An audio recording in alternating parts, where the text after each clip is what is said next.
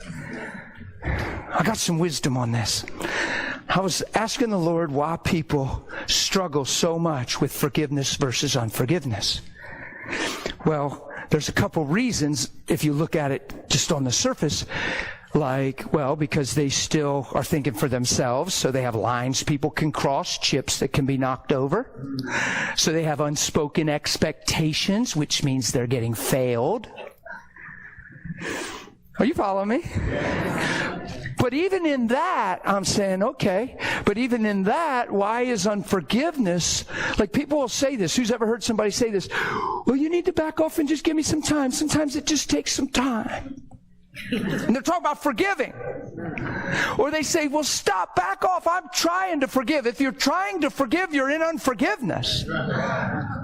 What's that even mean, I'm trying to forgive? It's not a, okay, there it is. Bam! Nailed it!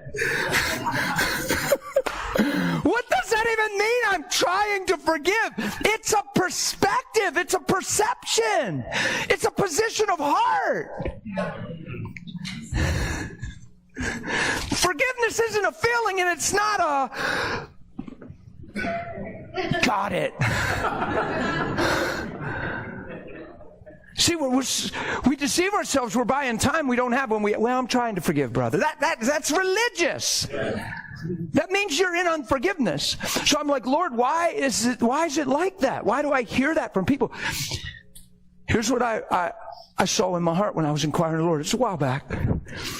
People that struggle with unforgiveness have never accepted true and total forgiveness and have stood clean before the Lord as if they've never sinned and been overwhelmed by His goodness. A lot of people say, forgive me, Lord, and still live in the memory, stain, and tainted identity of what they've done and where they've been. And they haven't gone clean and free and never looked back. Right. But if you'll ever just be forgiven and stand boldly before God, not presumptuously, boldly, confidently, because of what Jesus did. The design of that is to overwhelm you with the goodness of God in such a way that it changes your eyes, and all you can see men for is what they're called to be, not where they've been. What they're created to be, not what they've done. And instead of getting mad at them, mercy rises up, because you know if they knew who they were, they would not be living that way. And instead of crying because of them, you begin to cry for them, because mercy triumphs over judgment. Amen. Are you with me? So the just have to live by faith. We have to realize what He did on the cross. And even though we all sinned and fallen short of the glory, even though some of us say, yeah, but mine's different, brother. I knew better. And still went and did it. Well, you say you knew better, but now you really know better. Peter said, I'll die for you. I think he was really serious.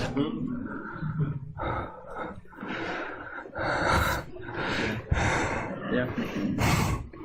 He found out a little more in the moment.